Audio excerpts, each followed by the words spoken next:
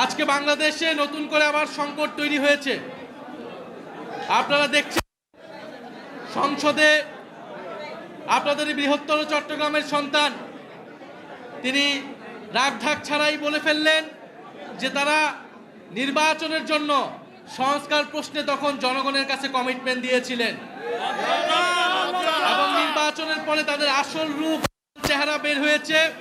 তারা আসলে সংস্কারের প্রতি কখনোই কমিটেড ছিলেন না এবং আমরা এই কথাটি অনেক আগে থেকেই বলে এসেছি।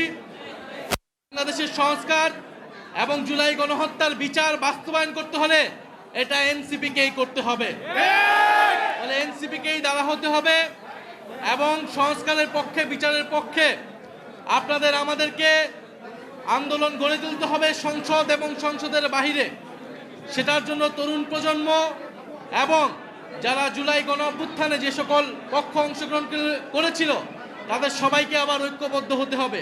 এই হামের এই সংকটের জন্য প্রকৃতভাবে যে দোষী তার বিচার নিশ্চিত করুক সরকার, কিন্তু কেবল পূর্ববর্তী সরকারের উপর দায় চাপিয়ে দিয়ে এই সরকার তার নিজের কোনো দায় নেবে না, এটা হতে পারে না।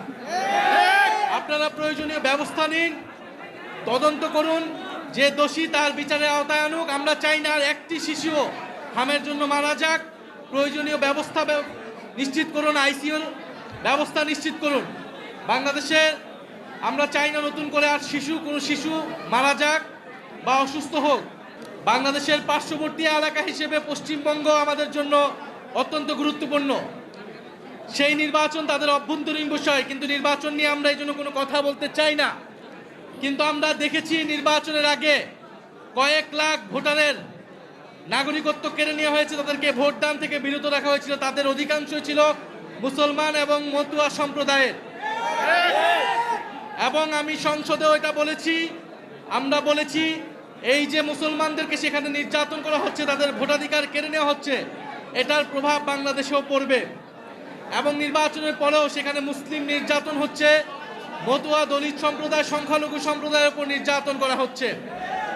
আমরা একটা কথা সুস্পষ্টভাবে বলতে চাই, আপনাদের উদ্দেশ্যে বলতে চাই, পশ্চিমবঙ্গের এই নির্বাচনের ফলাফলের পরে বাংলাদেশের দায়িত্ব অনেক বেড়ে গিয়েছে।